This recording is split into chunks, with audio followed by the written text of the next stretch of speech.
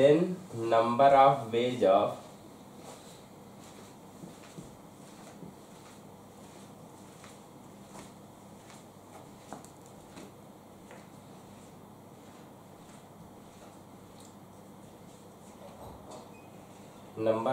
of selection of at least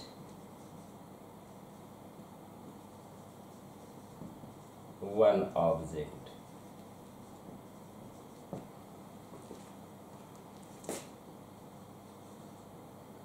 तो अगर हमारे पास n डिफरेंट ऑब्जेक्ट हैं, उसमें से हमें एटलीस्ट वन ऑब्जेक्ट को अगर सेलेक्ट करना होगा तो उसके नंबर ऑफ वेज कितने होंगे। तो एटलीस्ट वन का मतलब या तो हम एक सेलेक्ट कर सकते हैं या एक से ज़्यादा। तो यही वन आर मोर ऑब्जेक्ट को अगर सेलेक्ट करना है तो नंबर ऑफ वेज कितने होंगे। तो क्योंकि हमारे पास n डिस्टिंक्ट ऑब्जेक्ट है, उसमें से अगर हमें एक को सेलेक्ट करना होगा तो हमारे पास नंबर ऑफ वेज होंगे NC1। केस जब हमारे पास दो ऑब्जेक्ट सेलेक्ट हो रहे होंगे, तो क्योंकि n डिफरेंट ऑब्जेक्ट हैं तो उनको हमें सेलेक्ट करने का जो वे होगा वो NC2। इसके बाद थर्ड, अगर हम 3 को सेलेक्ट कर रहे होंगे तो NC3। जब हम 4 ऑब्जेक्ट को सेलेक्ट करेंगे तो NC4। तो इसी तरह ऐड होते होते, क्योंकि हम सभी को अगर जब सेलेक्ट कर रहे होंगे तो हमारे पास नंबर ऑफ वेज जो होंगे NCN होंगे। तो कह पाएंगे जो हमारा आंसर होगा NC1 plus NC2 plus NC3 plus NC4 till NCN तक।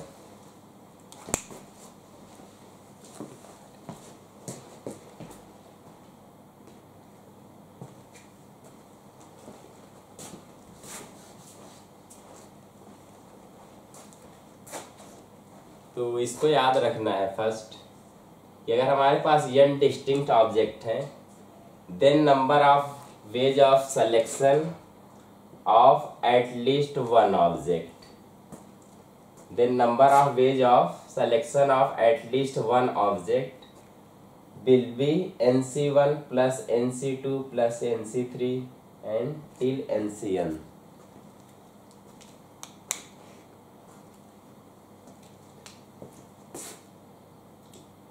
अगर हम कॉन्सेप्ट दूसरा यूज करें कि हमारे पास n ऑब्जेक्ट है, तो हमें क्योंकि सेलेक्ट करना है, तो अगर हम एक ऑब्जेक्ट को पकड़ें, जैसे यहाँ पे हमारे पास n object x1 x2 x3 ऐसे करते हुए अगर xn n ऑब्जेक्ट हैं,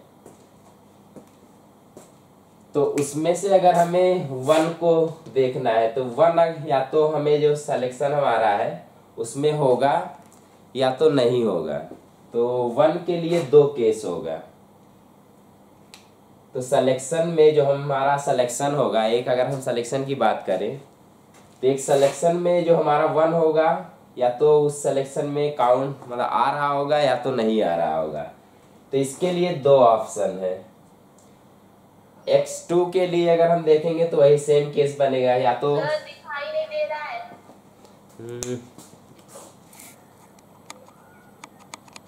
अब सही है, क्लियर है। हेलो,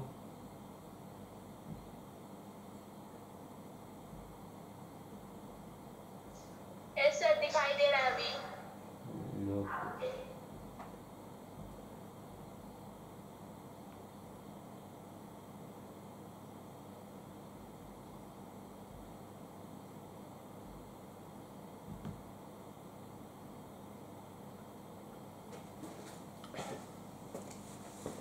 तो यहाँ पे हम कॉन्सेप्ट लगाए थे कि हम अगर एक को सेलेक्ट करते हैं तो हमारे पास जो नंबर ऑफ वेज होगा NC1 होगा। अगर हम 2 को सेलेक्ट कर रहे होंगे तो NC2, 3 को अगर सेलेक्ट कर रहे होंगे तो NC3, इसी तरह हमारा n तक अगर हम सभी को सेलेक्ट कर रहे होंगे तो NCN। क्योंकि हमारे पास 1 और मोर देन 1 के लिए सभी ऑप्शन आ सकते हैं, तो हम सभी को ऐड करेंगे यहाँ पे। अवॉइड क्यों कर रहे होंगे? क्योंकि हमारे पास अगर स्टेटमेंट देखा जाए इवेंट कि या तो हम एक को करेंगे और 2 को सेलेक्ट कर रहे होंगे और 3 को सेलेक्ट कर रहे होंगे, तो बीच में और आ रहा है इसलिए हम इसको ऐड कर रहे होंगे, तो ये हम तक ऐड करेंगे। दूसरे कॉन्सेप्ट पे आते हैं। अगर हम ये कहें कि हमारे पास एक सिलेक्शन है, तो उस सिलेक्शन में या तो 1 होगा या तो नहीं होगा, तो उसके 2 ऑप्शन है। इसी तरह 2 भी हमारा या तो सिलेक्शन में होगा या तो नहीं होगा, तो इसके लिए भी 2 ऑप्शन है। इसी तरह हमारे 3 के लिए भी, तो लास्ट के लिए भी हमारा क्या होगा? 2 ऑप्शन। तो यहाँ पे हमारे पास n टाइम्स 2 मल्टीप्लाई हो रहा है, तो n टाइम अगर 2 मल्टीप्लाई होगा 2 द पावर n हो जाएगा ये।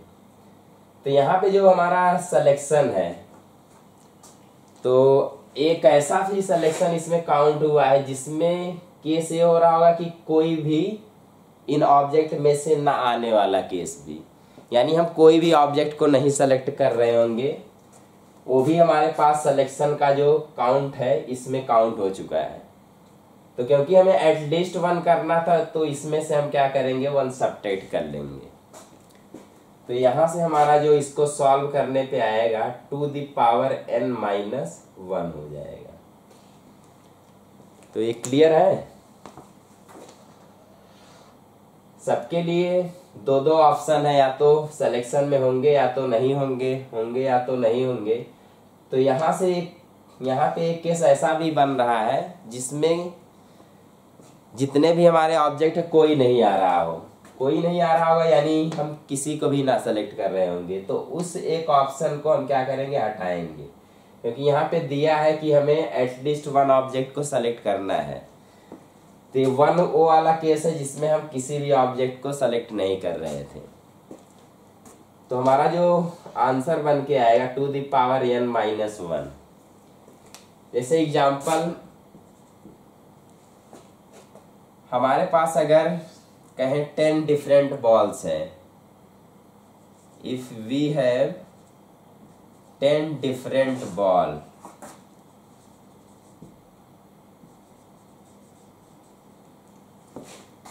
then number of ways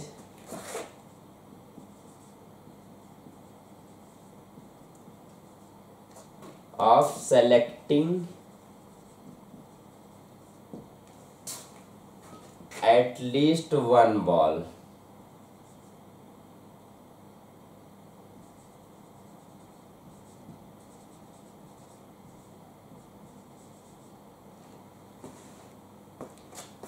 तो कितना हो जाएगा? 2 द पावर 10 माइनस 1 के बराबर। तो अगर हमारे पास 10 डिफरेंट बॉल हैं, देन एटलीस्ट 1 बॉल को सेलेक्ट करने के जो वेज होंगे वो 2 द पावर 10 माइनस 1 होगा।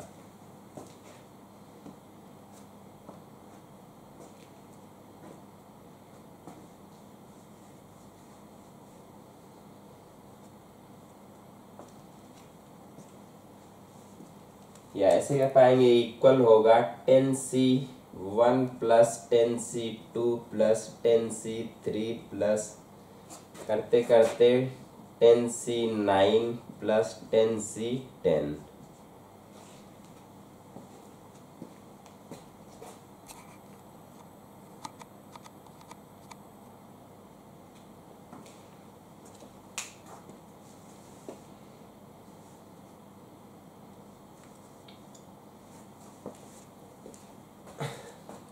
यहाँ पे एटलीस्ट 1 बॉल है, तो number of ways of selecting at least 1 ball. अगर कहा जाए कि number of ways of selection क्या होगा? Number of ways of selection, तो क्योंकि एक ऑब्जेक्ट को जब सेलेक्ट करेंगे तभी हम कह पाएंगे हमारा सिलेक्शन स्टार्ट हुआ है, तो केस यही बन रहा होगा। इसी को और क्लियर कर दिया गया है, एटलीस्ट 1 अगर बॉल आना है तो हमारा जो आंसर आएगा ये होगा। तो आगे बढ़ते हैं।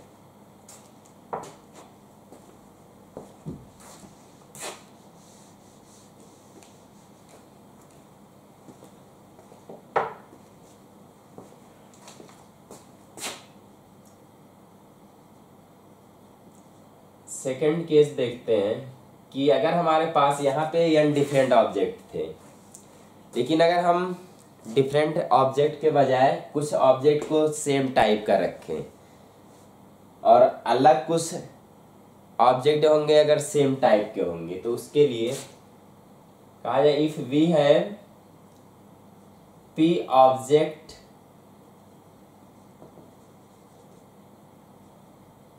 Of same type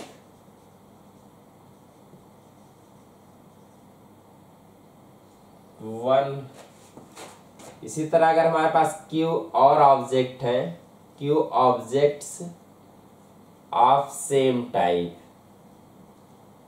of type 2,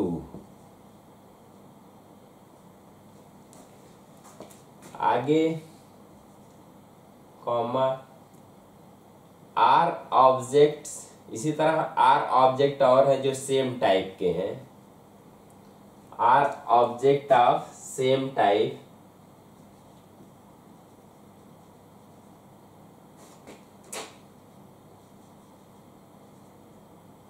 three and so on. इस तरह अगर चलता रहा तो कह पाएंगे किसके बराबर होगा, तो p plus one into q plus one into r plus one dot dot dot.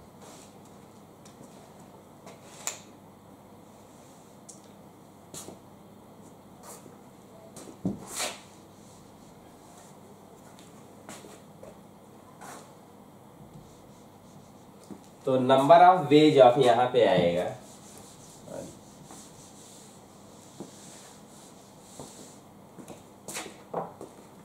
Then number of ways of selection of at least one object जो होगा वो होगा p plus one into q plus one into r plus one and so on. p object of same type, q object of same type and r object of same type. और आगे भी ऐसे अगर कुछ होंगे तो यहाँ पे हमारा बनेगा p plus one into q plus one into r plus one and so on.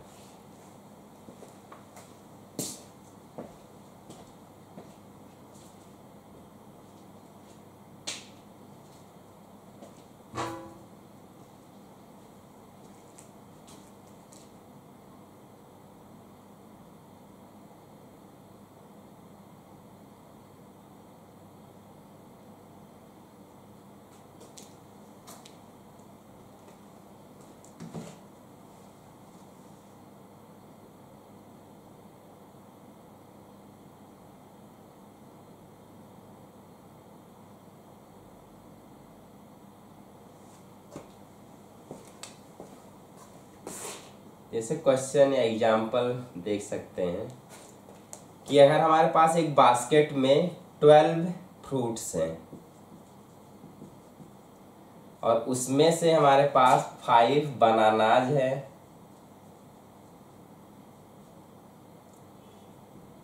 4 apples हैं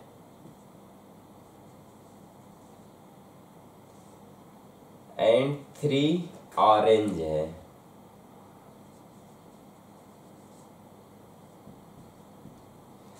तो एक बास्केट में अगर 12 फ्रूट्स हैं उसमें से 5 बनानाज है, 4 एप्पल है और 3 ऑरेंजेस हैं, देन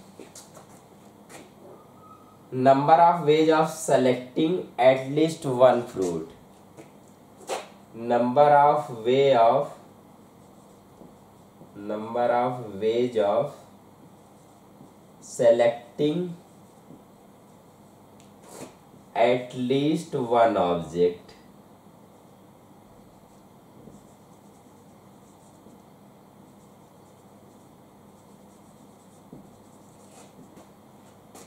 तो अगर हमें एक या एक से ज़्यादा ऑब्जेक्ट को सेलेक्ट करना है, फ्रूट, यहाँ पे हमारे पास फ्रूट है तो एटलीस्ट वन फ्रूट, तो एटलीस्ट वन फ्रूट का मतलब है कि या तो हम एक फ्रूट को सेलेक्ट कर रहे होंगे या तो हम 2 फ्रूट को सेलेक्ट कर रहे होंगे, या तो 3 को कर रहे होंगे, या 4 को कर रहे होंगे। ऐसे करते करते हम या तो 12 को कर रहे होंगे। तो इसके जो वेज होंगे वो किसके बराबर आएंगे? अब यहाँ पे जो 5 बनानाज है वो आइडेंटिकल समझ लो है। 4 जो एप्पल है सेम टाइप के हैं, और जो 3 ऑरेंजेज है वो भी सेम टाइप के हैं। तो यहाँ पे जो सलेक्शन बनेगा वो होगा 5 + 1 × 4 + 1 × 3 + 1।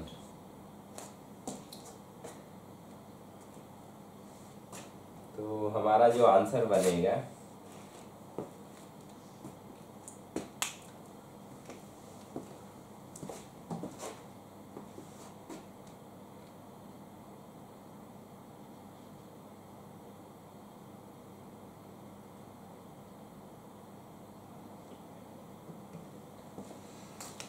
इसमें हमारा वो भी काउंट हो चुका है। जब हम किसी को भी नहीं सेलेक्ट कर रहे होंगे तो यहाँ पे -1 करना है, और यहाँ पे हमारा वही -1 होगा।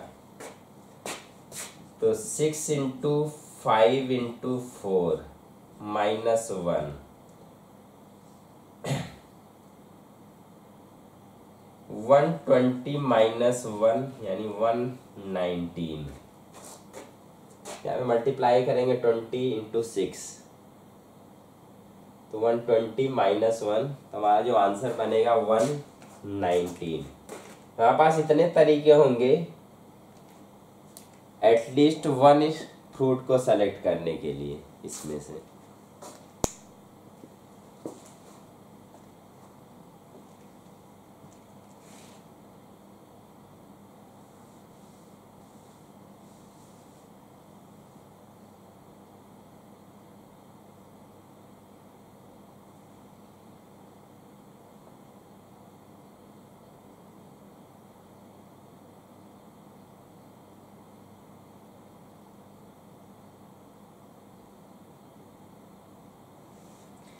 कैसे कॉन्सेप्ट बना होगा? सेम वही हमारा फंडामेंटल प्रिंसिपल ऑफ काउंटिंग से। हमारे पी ऑब्जेक्ट अगर सेम टाइप के हैं तो पी ऑब्जेक्ट में से अगर हमें देखा जाए ऑप्शन कि सिलेक्शन में इनमें से क्या कितने ऑप्शन बन रहे हैं, तो यहाँ पी में से या तो 1 या तो कोई नहीं वाला केस होगा कि एक भी हमारा ऑब्जेक्ट ना सेलेक्ट हो। दूसरा हमारा होगा या तो एक ऑब्जेक्ट सेलेक्ट होगा, या तो 2 होगा, या तो 3 होगा, या तो 4 होगा। इसी तरह करते करते पी तक हमारे पी ऑब्जेक्ट सेलेक्ट हो सकते हैं। तो 0 से लेके पी तक जब देखेंगे तो हमारे पास जो यहाँ पे ऑप्शन बनेगा p+1। सेकेंड के लिए जब देखने जाएंगे तो यहाँ से, क्योंकि सेम टाइप के हैं, तो यहाँ से अगर कोई ना सेलेक्ट हो, एक केस अगर एक ऑब्जेक्ट सेलेक्ट हो, दूसरा केस अगर 2 सेलेक्ट हो, इसी तरह करते करते क्यू ऑब्जेक्ट हम सेलेक्ट कर सकते हैं। तो यहाँ नंबर ऑफ जो सिलेक्शन होगा q+1 हो जाएगा, क्योंकि हम 0 से स्टार्ट करेंगे q तक जाएंगे तो q+1। इसी तरह थर्ड वाले टाइप के लिए देखेंगे r+1 होगा। अब उसमें से 1 इसलिए मैं यहाँ पे सब्ट्रैक्ट किया गया है क्योंकि उसमें ए वाले भी ऑप्शन काउंट हो चुका है जिसमें कोई भी ऑब्जेक्ट सेलेक्ट ना हो रहा होगा। तो ये वाला, क्योंकि हमें एटलीस्ट 1 ऑब्जेक्ट को सेलेक्ट करना है, तो ये वाला ऑप्शन यहाँ से हमारा, क्योंकि इसमें काउंट हो चुका है तो हम उसको निकालेंगे, तो यहाँ पे -1 बनेगा। जैसे इस क्वेश्चन के लिए अगर देखा जाए तो हम क्या करेंगे, बनाना को अगर देख रहे होंगे तो हम अगर एक सिलेक्शन बना रहे हैं तो उस सिलेक्शन में या तो कोई भी बनाना ना हो, इधर अलग बात है, देखेंगे क्या क्या होंगे, लेकिन बनाना की अगर हम केवल बात करें तो हो सकता है सिलेक्शन में कोई भी बनाना ना हो। दूसरा केस की सिलेक्शन में एक बनाना हो, तीसरा 2 बनाने हो, तीसरा वही 2, चौथा हमारा 3। तो इसी तरह करते करते हमारे पास 6 ऐसे केस बनेंगे जब हम कह पाएंगे कि हमारे 5 बनाना मतलब सेलेक्ट हो रहे हैं। जैसे ऑरेंज के लिए हमें देखेंगे हमारे पास 3 ऑरेंज है, तो जो सिलेक्शन होगा उस सिलेक्शन में हो सकता है कि एक भी ऑरेंज ना हो, तो एक केस, उस सिलेक्शन में एक और रेंज हो तो हमारे पास 2 केस, इसी तरह अगर 3 और रेंज हो तो 4 केस। क्लियर है? 0 1 2 3 के लिए हमारे पास वही 4 केस बने, तो यहाँ पे वही 4 इसलिए मल्टीप्लाई किया गया है। 4 के लिए 5 केस बनेंगे, इसलिए 5 से मल्टीप्लाई किया गया है। यहाँ 1 ऐसा केस जिसमें कोई ना तो बनाना सेलेक्ट हुआ, ना तो एप्पल सेलेक्ट हुआ, ना तो ऑरेंज सेलेक्ट हुआ है, वो वाला केस है, इसलिए इसको हम सबट्रैक्ट करेंगे, इसमें वो काउंट हो चुका है। तो हमारा जो आंसर बनेगा ये आएगा ऐसे।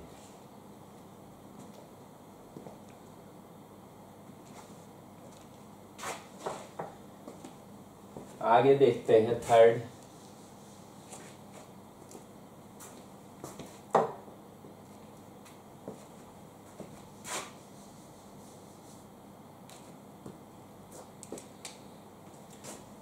थर्ड देखेंगे, if we have n objects in which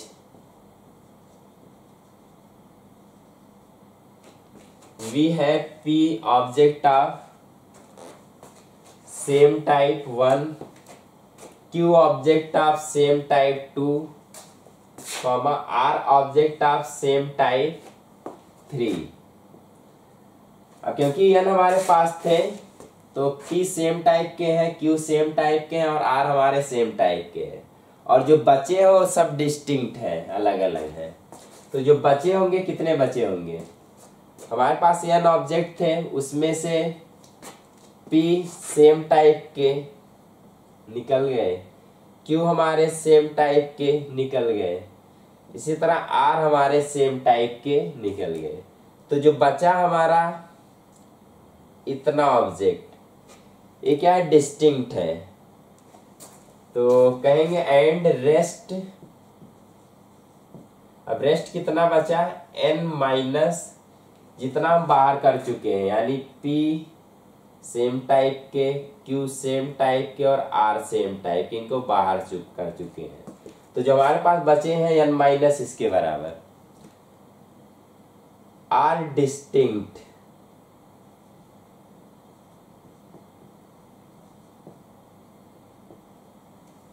then same वही number of ways of selection of at least 1 object. तो नोट करना है क्या होगा,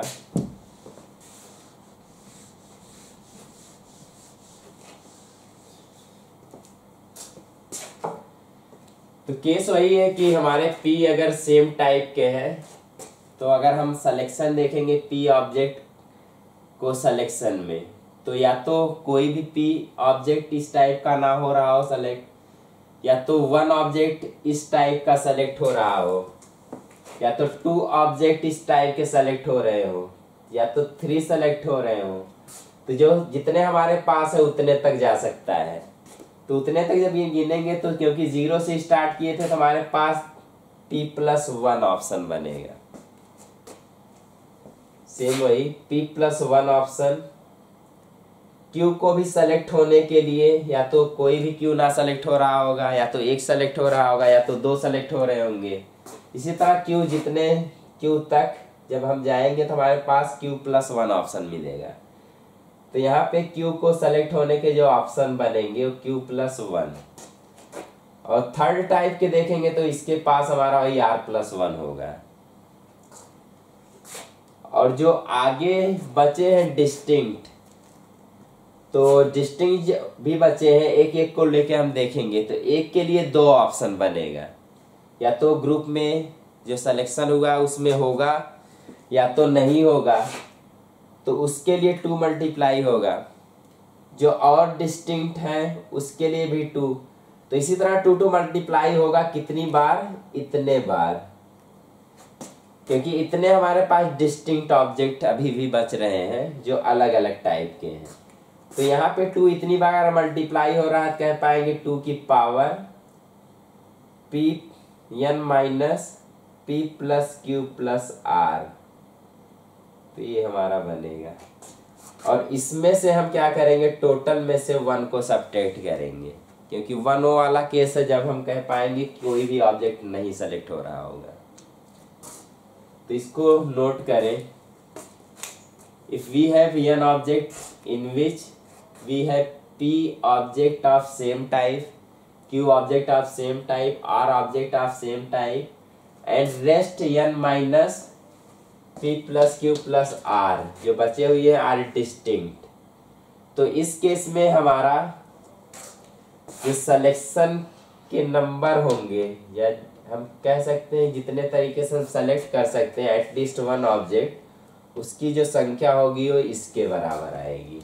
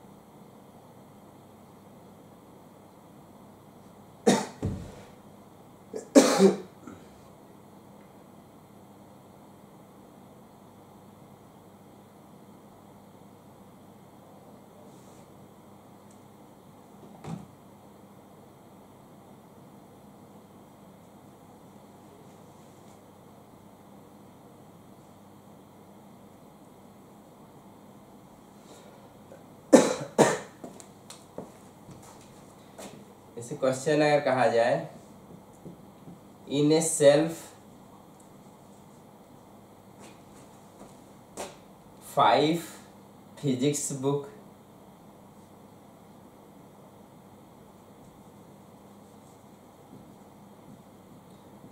फोर केमिस्ट्री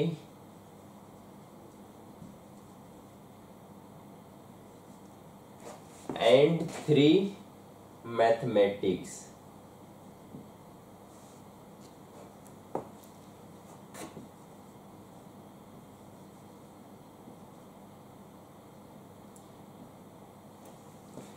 तो एक सेल्फ में हमारे पास 5 फिजिक्स है, 4 केमिस्ट्री है और 4 मैथमेटिक्स के बुक हैं, 3 मैथमेटिक्स के and 3 mathematics.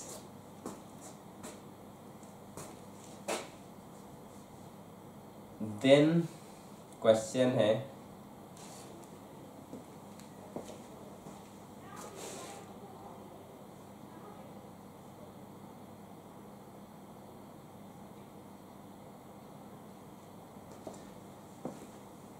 Then how many, first है how many combination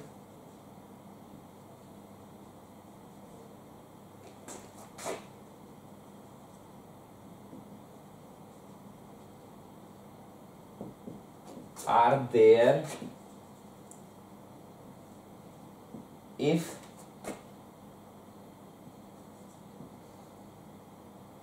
books of same subject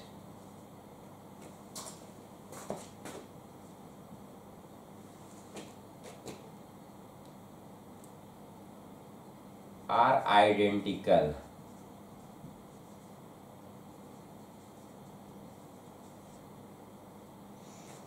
तो अगर क्वेश्चन में जो फिजिक्स के बुक हैं वो आइडेंटिकल है, सेम टाइप के हैं, जो 4 केमिस्ट्री के बुक हैं वो भी सेम टाइप के हैं, और जो 3 मैथमेटिक्स के बुक हैं वो भी सेम टाइप के हैं, तो कितने कॉम्बिनेशन बन सकते हैं? तो कॉम्बिनेशन का मतलब वही सिलेक्शन है एटलीस्ट वन ऑब्जेक्ट का। तो क्योंकि सेम टाइप के हैं तो हमारे पास 5+1 इंटू 4+1 इंटू 3+1 और इसमें से हम एक सब्ट्रैक्ट करेंगे। तो यहाँ पे फिर से देखेंगे 120 -1 तो हमारे पास जो आंसर आएगा 119 होगा। तो क्वेश्चन में अगर ऐसा दिया है कि books of same subject are identical,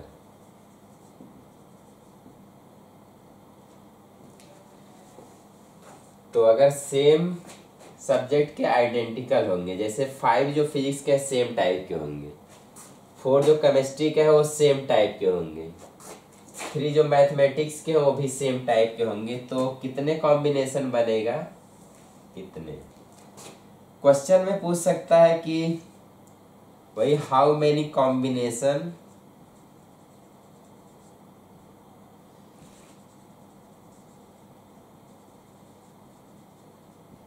are there if books of same subject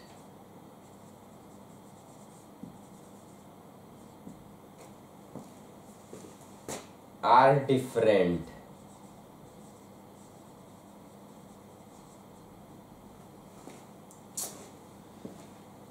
तो दूसरा केस है कि जब सेम सब्जेक्ट के जो बुक्स होंगे वो डिफरेंट है। तो अगर सेम सब्जेक्ट के बुक डिफरेंट है यानी फिजिक्स की अगर बात करें तो फिजिक्स में कह सकते हैं कि 5 किताबें हैं। अब उसमें ऐसे कह सकते हैं volume 1, volume 2, volume 3, volume 4, volume 5 है, तो सभी डिस्टिंक्ट होंगे। यहाँ पे जब देखेंगे तो हमारे पास केमिस्ट्री के 4 बुक हैं, वो भी डिस्टिंक्ट है। कह पाओ वॉल्यूम 1, वॉल्यूम 2, वॉल्यूम 3 और वॉल्यूम 4, तो हमारे पास 4 टाइप के बुक केमिस्ट्री के। इसी तरह मैथ के भी 3 टाइप के बुक हैं, वॉल्यूम 1 एंड 2 एंड 3। तो इस केस में कितना कॉम्बिनेशन बनेगा? तो क्योंकि ये डिफरेंट है तो यहाँ जो 5 होंगे वो कह पाओगे सभी के लिए ऑप्शन बनेगा, या तो उसमें आएंगे हमारे सिलेक्शन में या तो नहीं आएंगे। तो सभी के लिए वही 2-2 ऑप्शन, तो 2⁵। यहाँ पे देखेंगे केमिस्ट्री के लिए भी वही केस होगा। पहले बुक को देखेंगे या तो सिलेक्शन में रहेगा या तो नहीं रहेगा, दूसरे को देखेंगे या तो रहेगा नहीं रहेगा। इसी तरह 2 मल्टीप्लाई होगा 2-2 करके 4 बार, तो हो जाएगा 2⁴। इसी तरह मैथ के पहले बुक को लेके देखेंगे तो उसके पास 2 ऑप्शन, या तो हमारा जो सिलेक्शन है उसमें है या तो नहीं है। दूसरे मैथमेटिक्स की बुक को लेके देखेंगे तो भी या तो होगा या तो नहीं होगा। इसी तरह तीसरे मैथ के बुक को लेके देखेंगे तो या तो होगा या तो नहीं होगा। तो जो मैथमेटिक्स के लिए है वो भी 2⁵ के बराबर, और उसमें से टोटल जो है उसमें से हमें 1 सब्ट्रैक्ट करना है। तो 5 यहाँ 2 मल्टीप्लाई हुए हैं एक फिजिक्स के बुक के लिए, जो हमारे पास 5 हैं। इसी तरह हमारे 4 2 मल्टीप्लाई हुए हैं एक केमिस्ट्री के बुक के लिए, जो कि 4 है हमारे पास। इसी तरह मैथमेटिक्स के 3 बुक है तो सभी के लिए 2-2 ऑप्शन, तो 2⁵। अब उसमें एक हमें वो सब्ट्रैक्ट करना है जिसमें कह पाएंगे कोई भी बुक ना सेलेक्ट हो रहा होगा, तो 1 को हम यहाँ पे सब्ट्रैक्ट करेंगे। तो यहाँ से हमारा जो आंसर आएगा इसको थोड़ा सॉल्व करो, देखो क्या आता है।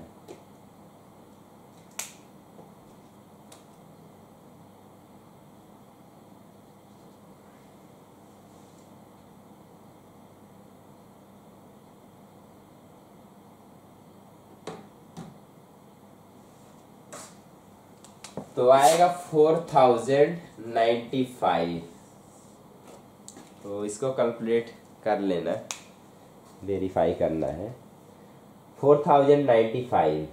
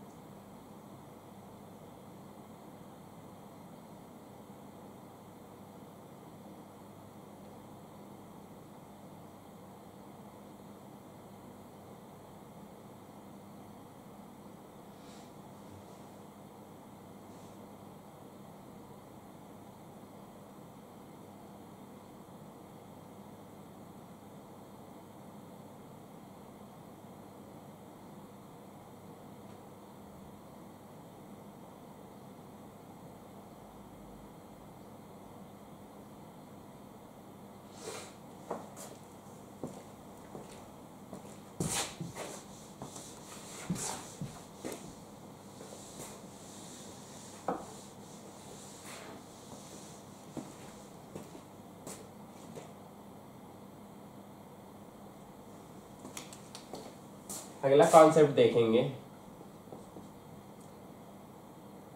तो इफ हमारे पास एक नंबर n इस तरह है, a दी पावर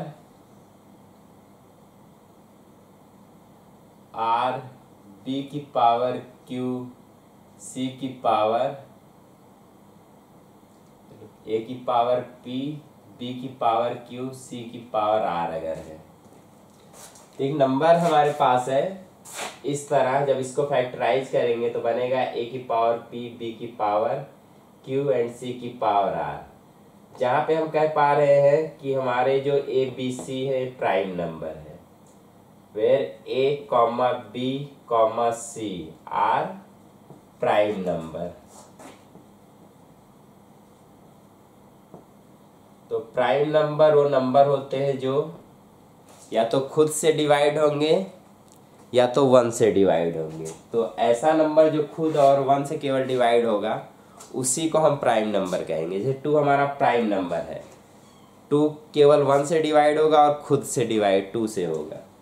इसी तरह 5 भी हमारा प्राइम होगा क्योंकि 5 भी केवल 1 और 5 से डिवाइड होगा। तो यहाँ पे जो हमारे ए बी सी है वो प्राइम नंबर है। तो ऐसे कुछ 2, 3, 5, 7, 11, 13 ये जो हमारे प्राइम नंबर है ऐसे कुछ है। पी क्यू आर क्योंकि पावर है तो P, Q, R। तो ये जो तीनों है नेचुरल नंबर होंगे, या तो 1 होगा या तो 2 होगा या तो 3 होगा, यानी नेचुरल नंबर होंगे।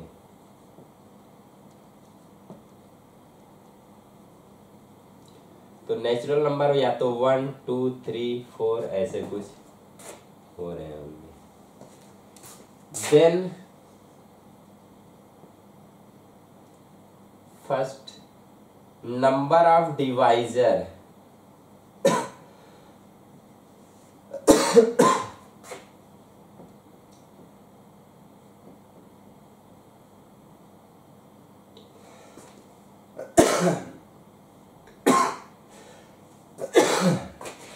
या तो हम फैक्टर वही कहेंगे, नंबर ऑफ फैक्टर्स या डिवाइजर ऑफ n, जो हमारे नंबर है given n, including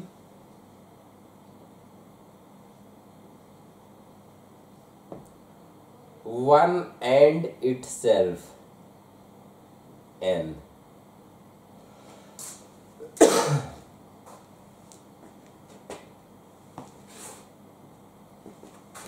will be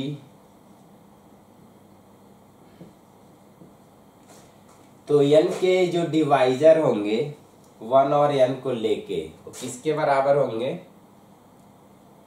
यहाँ पे जो पावर है p + 1, q + 1, इसी तरह r + 1 इसके बराबर।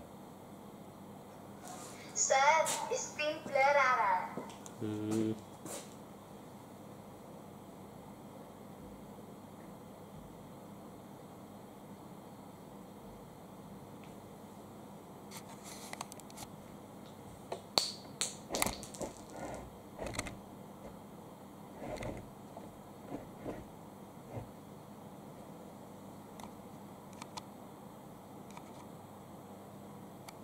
सही है अब थोड़ा। अब ठीक है सर।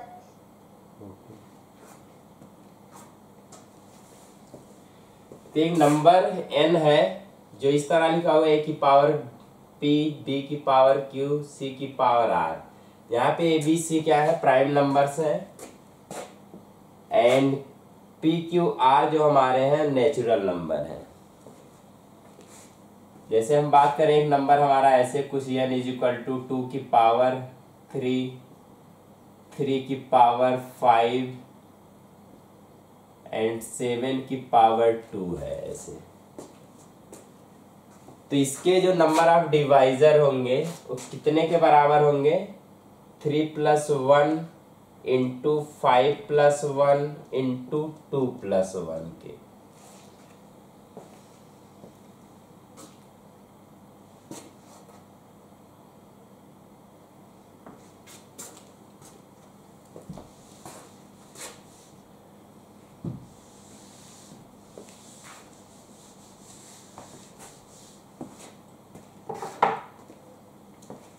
जैसे एग्जाम्पल लिया जाए तो एक नंबर अगर n लिखा है हमारे पास 3 की पावर 4 इंटू 5 की पावर 2 इंटू 7 की पावर 3 इंटू 4 की पावर 2। मान लो हमारे पास एक नंबर ऐसा दिया यहाँ देख रहे हैं 3 हमारा एक प्राइम नंबर है, 5 भी हमारा प्राइम नंबर है, 7 भी प्राइम नंबर है, लेकिन हमारा 4 जो है प्राइम नंबर नहीं है। तो हमें उसको प्राइम नंबर में कन्वर्ट करना पड़ेगा। तो 4 को हम क्या लिख सकते हैं 2 की पावर 2, और यहाँ पे पावर 2 पहले से मल्टीप्लाई होके 2 की पावर 4 हो जाएगा। यानी हमारा जो नंबर होगा 3 की पावर 4 इंटू 5 की पावर 2 इंटू 7 की पावर 3, और यहाँ पे जो 4 है उसको हम 2 की पावर 2 लिखेंगे, और यहाँ पे पावर है तो 2 की पावर 2 होल पावर 2। तो जब इसको सॉल्व करेंगे तो 2 की पावर 4 हो जाएगा यहाँ पे।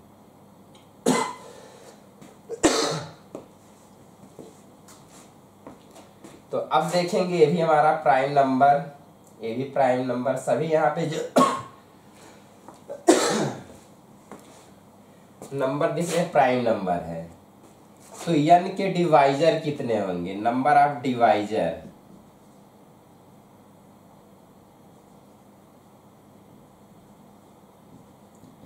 तो डिवाइजर कितने होंगे, जो पावर है 4 प्लस 1, यहाँ पे पावर है 2 प्लस 1, यहाँ पे पावर है 3 प्लस 1, यहाँ पे पावर 4 है तो 4 प्लस 1। तो जब सबको मल्टीप्लाई करेंगे, जो मैं भी मल्टीप्लाई करने पे आएगा वही हमारा उतने डिवाइजर होंगे इस नंबर के।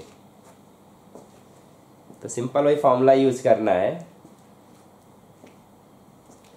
तो कॉन्सेप्ट समझ में आया होगा। ABC अगर प्राइम नंबर है, PQR कोई नेचुरल नंबर है, तो अगर एक नंबर ऐसे कुछ लिखा हुआ है तो नंबर ऑफ डिवाइजर उस नंबर के 1 और खुद को मिला के जो बनेगा वो किसके बराबर होगा, P+1 Q+1 R+1 के।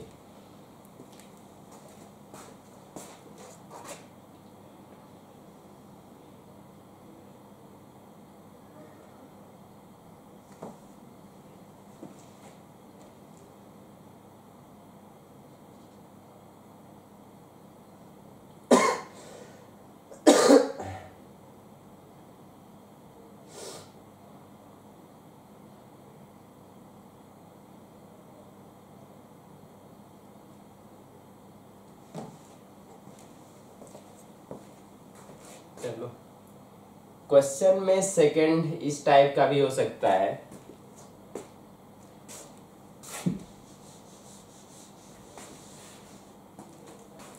Number of way of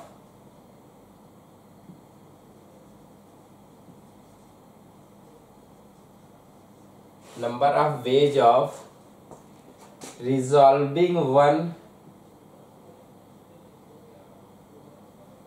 resolving n as a product of two factor।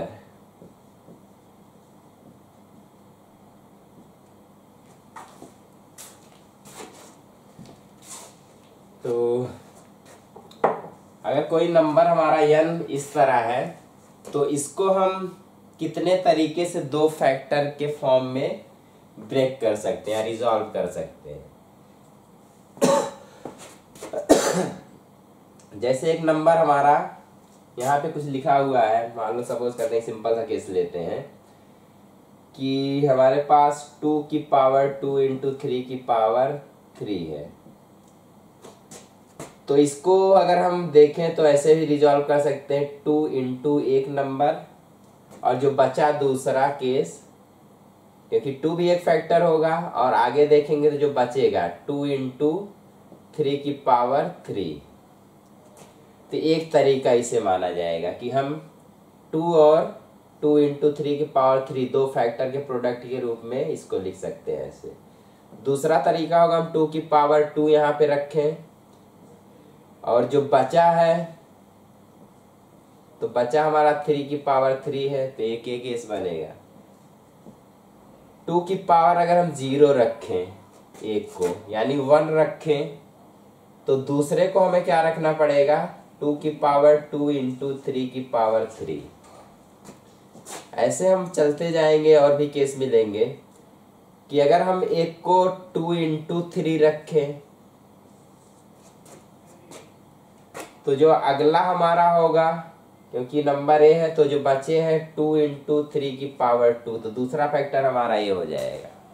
तो इन दोनों का जो प्रोडक्ट होगा इसके बराबर आएगा।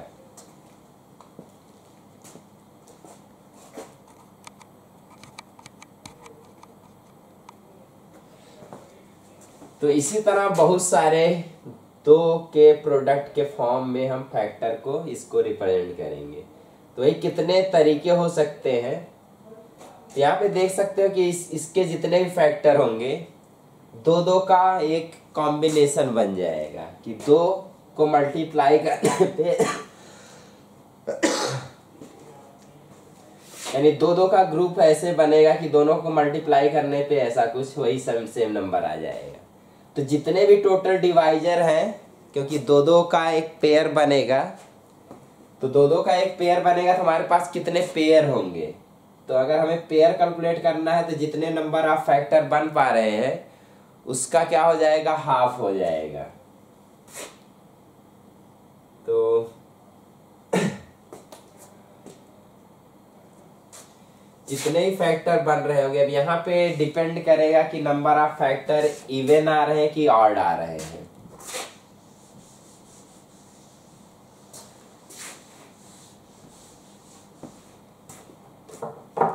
जैसे एक नंबर ऐसे लिखा है 2 इंटू 3 की पावर 2 इंटू 2 3 की पावर 4, तो इसके अगर नंबर ऑफ फैक्टर देखेंगे तो 2 प्लस 1 ये 3 और यहाँ 4 प्लस 1 5, तो हो जाएगा 15।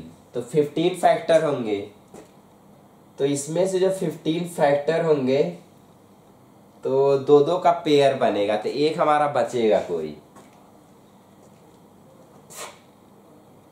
तो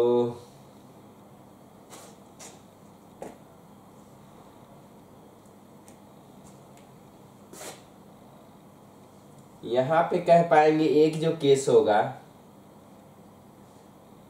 जैसे एक यही नंबर हो जाए, एक हमारा 1 बने,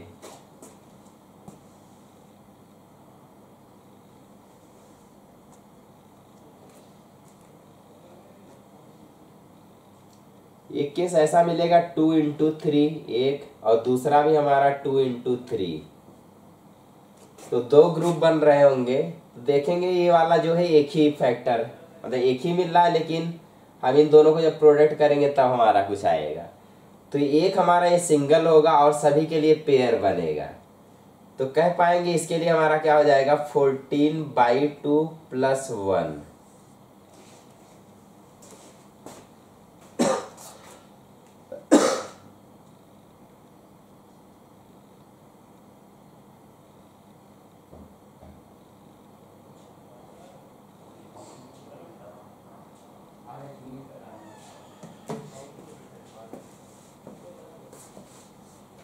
तो यहाँ पे केस बनेगा 2 केस।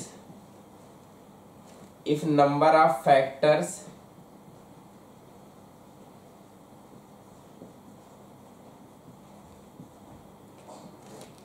आर ऑड देन, तो क्या होगा कि हाफ ऑफ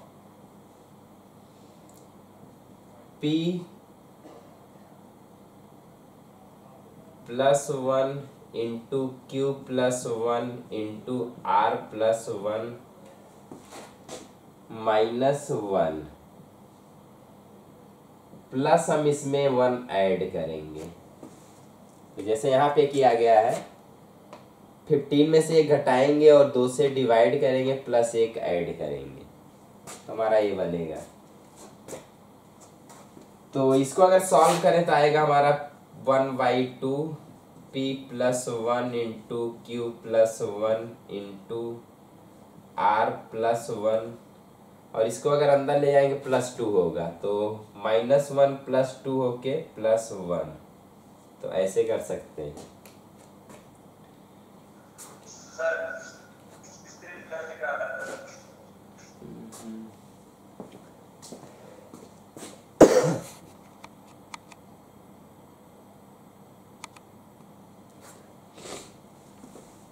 तो किया क्या गया, सभी फैक्टर जितने हैं उसमें से एक सब्ट्रैक्ट करेंगे, उसका आधा करेंगे और एक जोड़ देंगे।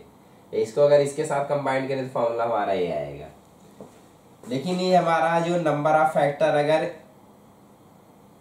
इवन हो, यहाँ पे ऑड था, if number of factors are even, तो जितने भी होंगे दो दो का एक पेयर बनता जाएगा, तो कह पाएंगे टोटल का हाफ हो जाएगा। तो 1/2 p + 1 into q + 1 into r + 1, तो ये हमारा फार्मूला बन जाएगा इसके लिए। सॉरी,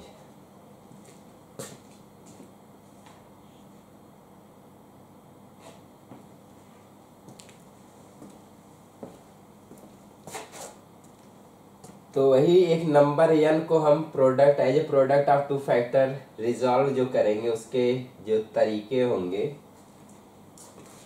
तो इसके बराबर जब number of total factor odd हो रहा हो और नंबर ऑफ टोटल फैक्टर अगर इवन हो रहा होगा, सीधे 2 से डिवाइड कर लेंगे। तो ऑड के केस में वही सोचना होगा कि जितने भी फैक्टर बन रहे हैं उसमें से एक सब्ट्रैक्ट करके डिवाइड करेंगे, 1/2 + 1 कर लेंगे। या कह पाएंगे जितने भी फैक्टर बन रहे हैं उसमें एक और ऐड करेंगे और 2 से टोटल को डिवाइड कर लेंगे।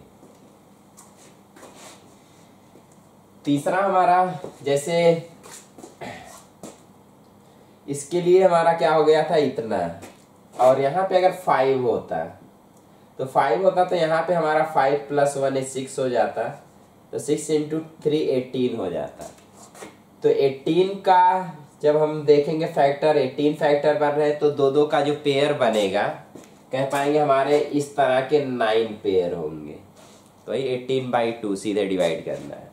जब भी इवन आएगा सीधे डिवाइड करना है 2 से, जब इवन नहीं आएगा ऑड आएगा तो एक ऐड करके उसको 2 से डिवाइड करेंगे, तो नंबर ऑफ पेयर्स हमें पता चल जाएंगे। अगला थर्ड टाइप ये होता है कि सीधे अगर कह दे कि सभी जो फैक्टर है उनका सम क्या होगा।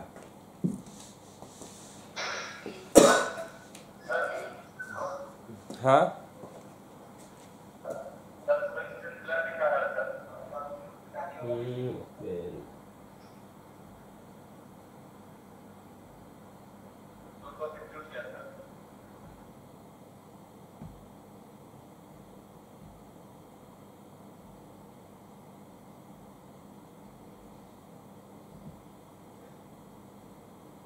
है सही है थोड़ा।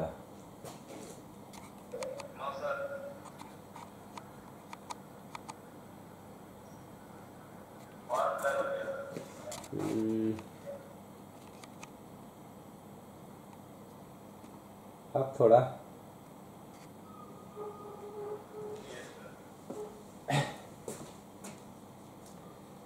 थर्ड इस तरह क्वेश्चन हो सकता है, sum of all factors,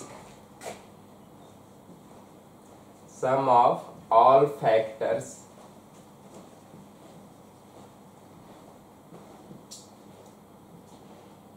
of n,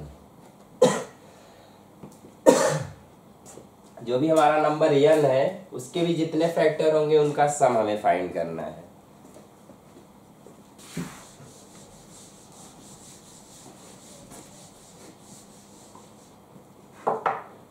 तो एग्जाम्पल में जैसे कहा जाए एक नंबर n इस तरह दिया हो 2⁵ इंटू 5⁴ सपोज करो।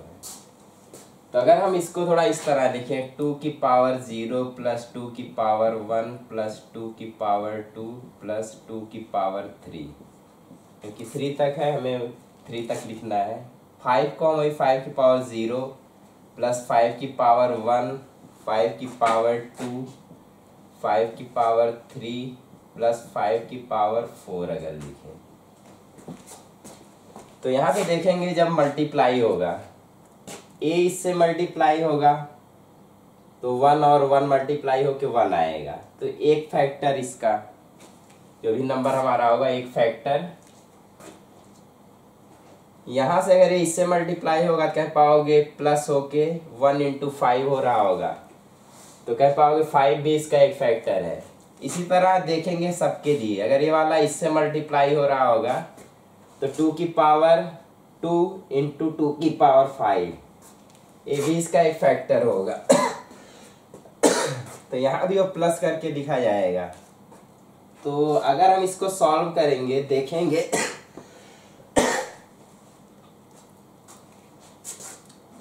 जब इसको सॉल्व करेंगे तो देखेंगे सभी फैक्टर का सम हो जा रहा है यहाँ पे। तो इसी को सॉल्व करने पे जो आएगा वही हमारा आंसर बनेगा।